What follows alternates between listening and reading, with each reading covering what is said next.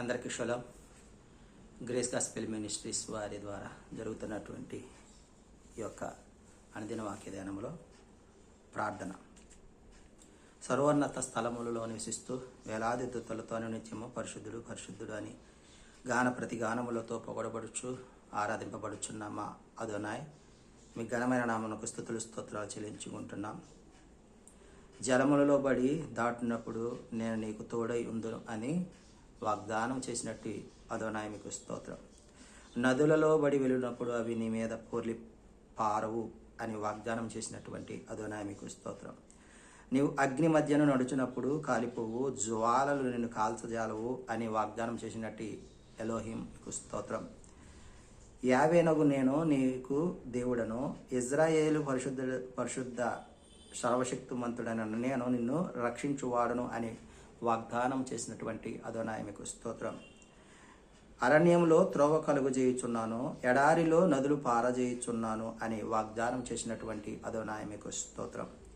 నేనే నా చిత్తానుసారముగా నీ అతిక్రమములను తుడిచివేయుచున్నాను అని నీ పాపములను జ్ఞాపకము చేసుకొనని వాగ్దానం చేసినటువంటి అదోనాయ్ మీకు స్తోత్రం. తండ్రి, ఇన్ని వాగ్దానములను మాకు తెలియజేసి తండ్రి, మేము కుడికి కానీ ఎడమకు కానీ త్రొట్టిల్లకుండగా మమ్మను నీ నీతి న్యాయ మార్గముల వైపు నడిపిస్తున్న విధానం బట్టి మీకు వేలాది స్తుతులు స్తోత్రాలు చెల్లించుకుంటూ ఈ మా మనవులను మా రక్షకుడు విమోచకుడు యెషూవా మెస్సీయ నామమున అడిగి పొందుకుంటున్నాం తండ్రి, ఆమేన్. నమ్మదగిన వాడే నలు దిశల నెమ్మది కలుగజేయువాడే,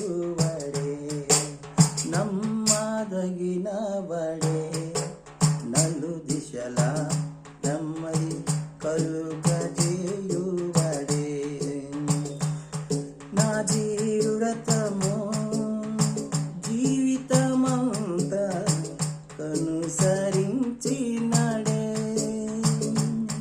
నా జీవితము జీవితమంతా అనుసరించినడే. నాకై నిలువెల్ల సిలువలు నలిగి కలిగినడే, నాకై నిలువెల్ల సిలువలు నలిగి కలిగినడే. శరీరారెవరు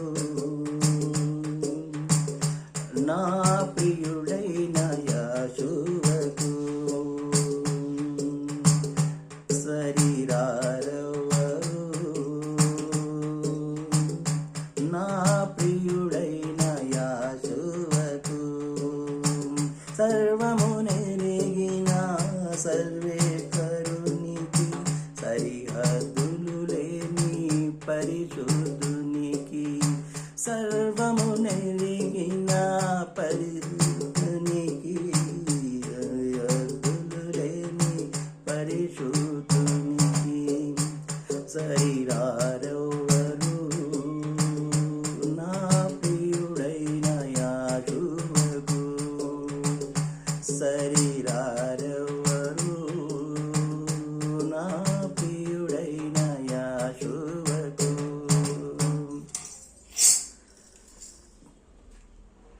రెండవ దినవృత్తాంతాల గ్రంథము 11వ అధ్యాయం మనం ధ్యానించుకుంటూ ఉన్నాం. సొలొమోను కుమారుడైన రెహబాము ఇజ్రాయేలీయులతో యుద్ధము చేయడానికి యోధా వారిలో నుండి బెన్యామీనీయుల నుండి 180,000 మందిని యుద్ధ శూరులను సమకూర్చగా